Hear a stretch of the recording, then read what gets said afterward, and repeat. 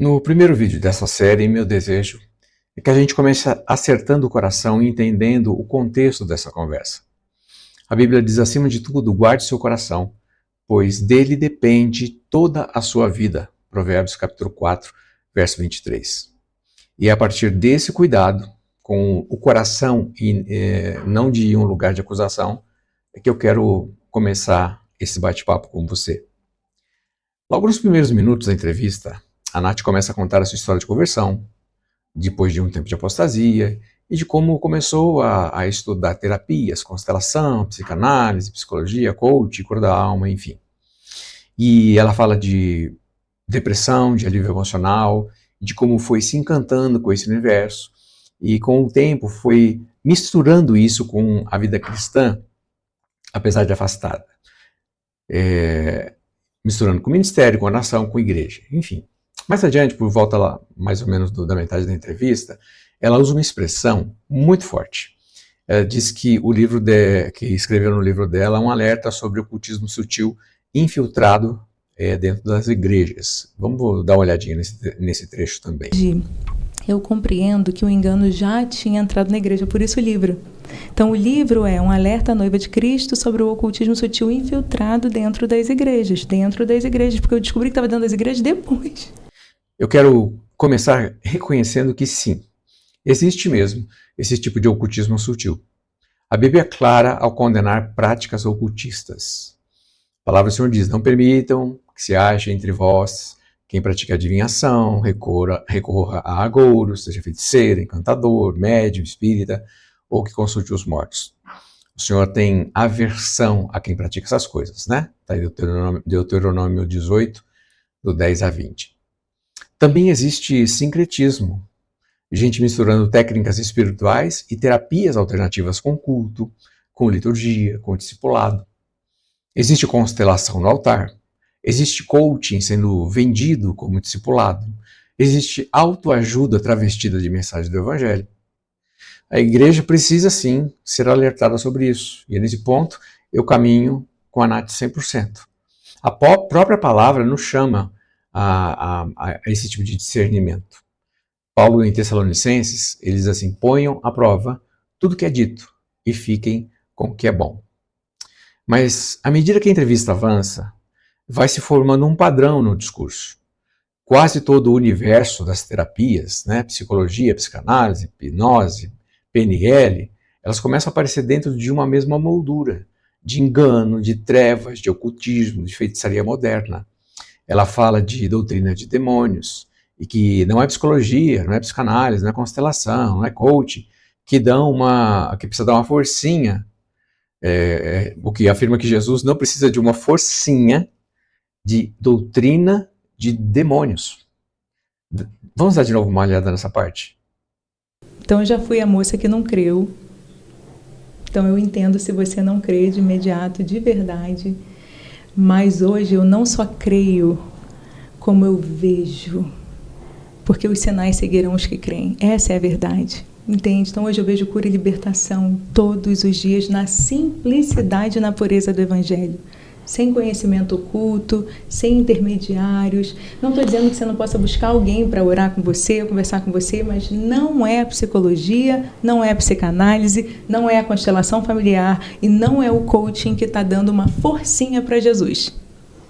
Jesus não precisa da forcinha de doutrinas de demônios. Porque é um evangelho que faz enxerto, é um evangelho falsificado. A expressão doutrina de demônios é muito séria. A Bíblia usa essa linguagem para falar de falsos ensinos que se afastam do Evangelho de Cristo. A palavra do Senhor diz que o Espírito claramente diz que nos últimos tempos alguns se desviarão da fé, seguindo espíritos enganadores e ensinamentos que vêm de demônios, né? Paulo falando para Timóteo lá em 1 Timóteo 4:1. Quando a gente pega essas frases e coloca de uma do lado da outra, fica claro que mesmo que ela não diga a frase psicologia é do demônio, com todas essas letras, a associação que ela faz é muito forte. Então, essas terapias, quando usadas como suporte espiritual, elas entram no discurso, na categoria de doutrinas de demônio, de ocultismo e de feitiçaria moderna. Em outros trechos, ela fala ter saído das trevas, né, de subterfúgio, que fugiam da cruz, referindo-se justamente à fase em que usava constelação e coaching enfim, outras terapias dentro do contexto cristão. Ao mesmo tempo, mais para o final da entrevista, ela falou: não sou contra a ciência verdadeira, porque a ciência verdadeira sempre valida o Senhor no final. Vamos dar uma olhadinha mais uma vez? Para ajudar o tratamento da alma das pessoas da igreja, você está querendo ir contra a saúde mental, privar os cristãos de saúde mental? Todo tipo de argumento raso e vazio, que graças a Deus no livro eu me posicionei dizendo: eu não sou contra a ciência verdadeira, porque a ciência verdadeira sempre valida o Senhor no final. E esta é uma frase importante. E é a única vez que ela afirma explicitamente respeitar a ciência. Mas na prática, quase tudo que toca a saúde emocional e mental vai sendo colocada fora dessa ciência verdadeira e dentro do pacote de engano espiritual. Aqui a Bíblia também nos dá equilíbrio. Jesus mesmo disse: pessoas saudáveis não precisam de médico, mas sim os doentes, né? Lá em Lucas 5,31. E Paulo, inclusive, orienta Timóteo a usar recurso físico para um problema físico, não beba apenas água, também o vinho.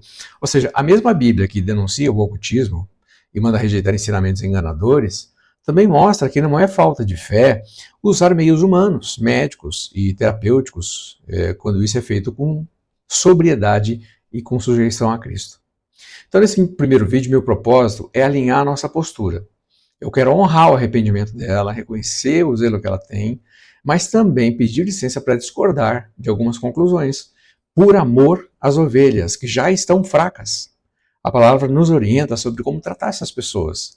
Exorte os tímidos, fortaleçam os fracos, sejam pacientes com todos, né? 1 Tessalonicenses 5,14. Quando o crente em depressão, que faz terapia com um profissional sério, ouve que isso pode ser doutrina de demônios, o peso em cima dele aumenta muito. Quando uma irmã que toma remédio para transtorno de ansiedade, por exemplo, ouve que a cura da alma é só com a palavra e oração e que essas terapias são forcinha para Jesus, ela pode se sentir até uma cristã de segunda categoria. Mas Jesus não trata assim os cansados. Ele disse: venham a mim todos que estão cansados, sobrecarregados, e lhes darei descanso. Né? E a profecia sobre o servo de Deus, aplicada a Cristo, afirma que Jesus não quebrará o caniço rachado e nem apagará a vela que ainda fumega. Em Mateus 12:20, né? Então esse é o coração que eu quero ter ao tratar esse assunto. Não é quebrar o caniço que já está rachado, acabar de matar quem está morrendo. Não é apagar a vela que ainda fumega.